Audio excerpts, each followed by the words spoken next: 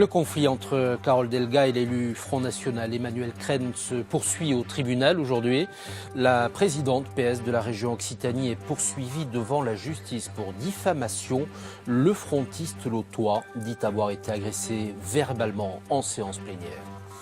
On a beaucoup parlé de cette altercation entre la présidente du conseil régional et un élu frontiste. Un échange très vif en séance plénière qui rebondit aujourd'hui devant la justice sur fond de diffamation présumée. Cécile Fréchinos. Vous avez voté pour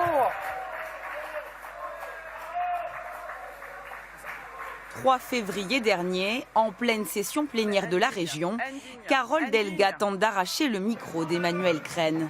Une scène à l'image des relations plus que tendues entre l'élu régional du Front National et la présidente de l'Occitanie. Bon, écoutez, là, maintenant, je demande une suspension de séance. Depuis cette altercation, les plaintes fusent entre les deux camps.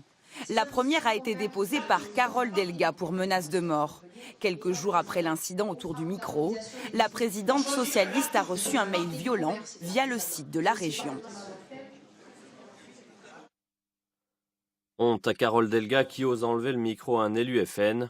On vous massacrera tous, socialos, en espérant que la famille Delga se fasse égorger dans un prochain attentat. L'élu lautois Emmanuel Crène a fermement condamné ces propos. Mais il a également porté plainte pour diffamation 2 semaines plus tard contre Carole Delga. Celle-ci l'aura accusé de conflit d'intérêts le 28 novembre 2016 sans lui donner de droit de réponse. C'est cette plainte qui sera examinée cet après-midi à 14 h, mais le feuilleton régional FN contre PS est loin d'être terminé.